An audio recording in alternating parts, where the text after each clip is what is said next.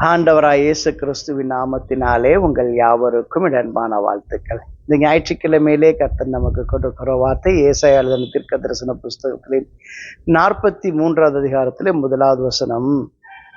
பயப்படாதே, உன்னை மீட்டுக் கொண்டேன், உன்னை பெயர் சொல்லி அழைத்தேன், என்னுடையவன். ஆண்டவருக்கு மகிமை உண்டாவதா. பாருங்க, கர்த்தர் நம்மை பெயர் சொல்லி அழைக்கிறார். இஸ்ரவேலே என்று அழைக்கிறார், யாக்கோபு என்று சொல்லி அழைக்கிறார். ஒருவேளை உங்களுடைய பேர் என்னவா இருந்தாலும் சரி, அதை பேர் சொல்லி அழைக்கிற ஆண்டவராக இருக்கிறார். இன்னைக்கு என்னை பார்த்து பிரபாகர் என்று சொல்லி அழைப்பார். உங்களை பார்த்து என்ன பெயரோ அந்த பெயரை சொல்லி அழைக்கிற ஆண்டவராக இருக்கிறார்.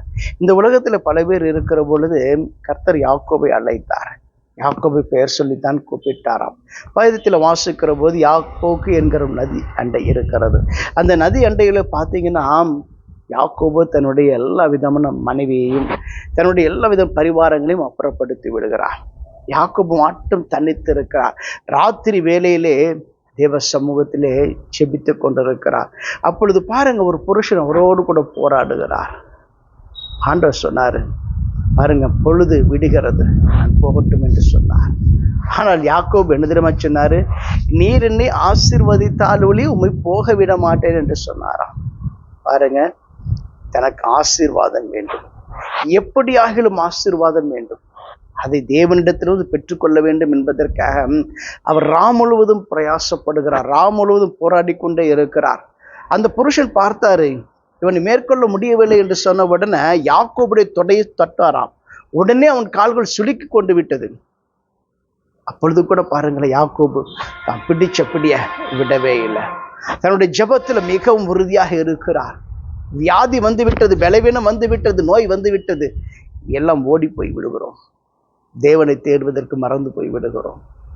பலவீனம் வருகிற பொழுது, பிரச்சனை வருகிற பொழுது, ஏன் எனக்கு இந்த பிரச்சனை என்று சொல்லி தேவனை விட்டு பின்வாங்கி ஓடி போய் விடுகிறவர்கள் உண்டு. ஆனால் இந்த இடத்திலே யாக்கோபு அசரவே இல்லை. இல்லை, பொழுது விடிந்தாலும் சரி, நான் ஆண்டவரை விட மாட்டேன். ராம் முழுவதும் பிரயாசப்பட்டு விட்டேன், இருந்த போதிலும் கூட, பொழுது விடிந்தாலும் கூட நான் ஆண்டவரை விட்டு விட மாட்டேன். ஆண்டவரன் உறுதியாய் பிடித்து கொண்டிருக்கிறேன் என்று சொல்லி ஆண்டவரை உறுதியாய் பிடித்து கொண்டான். பார்த்தார், உன் பெயர் என்னவென்று சொல்லி கேட்டார். இவன் சொன்னான், யாக்கோபு என்று சொன்னான். உடனே கர்த்தர் அவனை பார்த்து சொன்னாராம், இனி உன்னுடைய பேர் யாக்கோபு எனப்படாமல் இஸ்ரவேல் எனப்படுவதாக என்று சொல்லி அவனுக்கு ஒரு அழகான பெயரை கொடுத்தார். அதற்கு பிறகு சொன்னாராம், இனி பாருங்களேன், நீ தேவனோடு மனுஷனோடும் போராடி மேற்கொண்டாயே என்று சொன்னாராம். அவன் ராம் முழுவதும் பிரயாசப்பட்டது எதற்கு தெரியுமா? தேவனிடத்திலிருந்து வருகிற ஆசீர்வாதத்தை பெற்றுக்கொள்ளும்படியா, உன்னதமான தேவனுடைய ஆசீர்வாதத்தை பெற்றுக்கொள்ளும்படியா ராம் முழுவதும் போராடினான். அதனால கர்த்தர் அவனுக்கு ஒரு பெயர் கொடுத்தார், இஸ்ரவேல் என்று பெயர் கொடுத்தார். இஸ்ரவேல் என்பதற்கு தேவ பிரபு என்று சொல்லி அர்த்தமாகும். ஆண்டவருக்கு மகிமை உண்டாவதாக. இன்றைக்கும் கர்த்தர் நம்மை பெயர் சொல்லி அழைக்கிற தேவன். அந்த இடத்தில் அவனை பெயர் சொல்லி அழைத்தார். யாக்கோபு தானே, இனி யாக்கோபு என்று சொல்லி பெயர் இருக்க வேண்டாம், இனி உன் பெயர் இஸ்ரவேல் என்று அழைக்கப்படட்டும் என்று சொல்லி அவனை ஆசீர்வதித்தார். இன்றைக்கும் தேவனாய் கர்த்தர் நம்மை ஆசீர்வதிக்கிற தேவன். அந்த இடத்தில் அவன் யாக்கோபு என்கிற நதி அண்டையிலே போராடி கொண்டிருக்கிறான். வேதத்தில் வாசிக்கிற போது அந்த வேதம் அப்படித்தான் சொல்லுகிறது. பாருங்க, நீ தண்ணீர்களை கடக்கும் போது நான் உன்னோடு இருப்பேன். பாருங்க, ஆறுகளை கடக்கும் போது உன்னோடு இருப்பேன், அவைகள் உண்மையில் புரளுவதில்லை என்று சொன்னார். சூழ்நிலை நெருக்கமான சூழ்நிலை, போராட்டமான சூழ்நிலை, நாளைக்கு என்ன செய்வது என்கிற ஒரு பெரிய குழப்பத்துக்கும் மத்தியிலே, போராட்டத்துக்கும் மத்தியிலே தான் யாக்கோபு நின்று கொண்டிருக்கிறார்.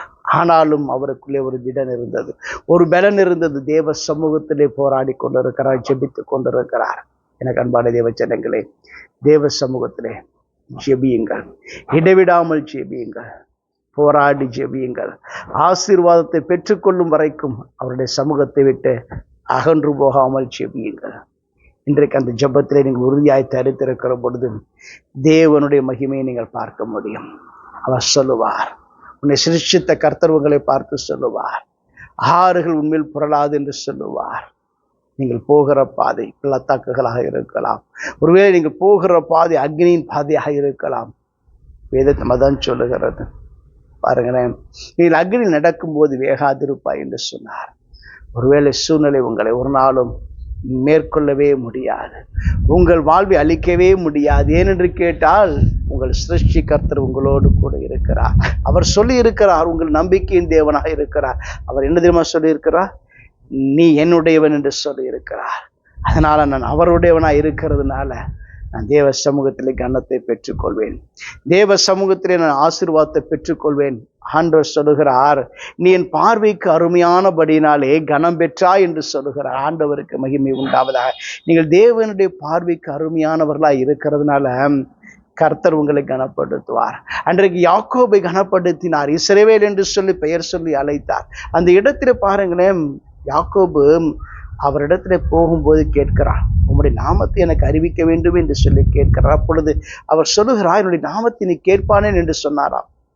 ஆனால் அதே தேவனாய் கர்த்தர் ஒரு இடத்துல சொல்லுகிறார், மோசே இடத்துல பேசும்போது சொல்லுகிறார், மோசேக்கு நடுவில் அக்னி நடுவில் இருந்து பேசுகிற போது சொல்லுகிறார், என்ன தெரியுமா சொன்னாரு?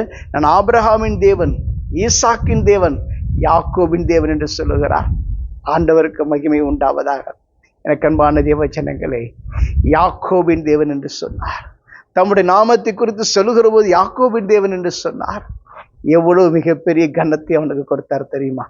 இன்றைக்கும் கூட கர்த்தர் நம்மை கனப்படுத்துகிற தேவன், நம்மை ஆசீர்வதிக்கிறவர் மாத்திரமல்ல, நம்மை மேன்மைப்படுத்துகிற கர்த்தர். இன்றைக்கு அவர் உங்களை மேன்மைப்படுத்துவார், அவர் உங்களை கனப்படுத்துவார். நீங்கள் அவருடையவர்களாக இருக்கிறீர்கள். தேவன் தாமே உங்களை ஆசீர்வதிப்பாராக. நாம் ஜெபம் செய்வோம். எங்களை அதிகமாக நேசிக்கணும் ஆண்டவரே. இன்றைக்கும் ஆண்டவரே, பயப்படாதே, நான் உனக்கு துணை செய்கிறேன் என்று சொன்ன கர்த்தர், சிருஷ்டித்த கர்த்தர் உடைய பிள்ளைகளுக்கு துணை நிற்கும்படி நான் ஜெபிக்கிறேன். ஆண்டவரை ஆறுகள் புரளாதபடிக்கு காத்துக்கொள்வீராக. ஆண்டவரை அக்னி சேதம் வராதபடிக்கு காத்துக்கொள்வீராக. ஆண்டவரே, உங்களுடைய பார்வைக்கு அருமையானபடினாலே நம்முடைய வாழ்க்கையை கனம் பெற்றுக் கொள்ளத்தக்கதாக ஆசீர்வாதத்தை பெற்றுக்கொள்ளும்படியாக கிருபை செய்வீராக. இயேசுவின் ஜெபம் கேளும் பிதாவே. ஆமென். God bless you.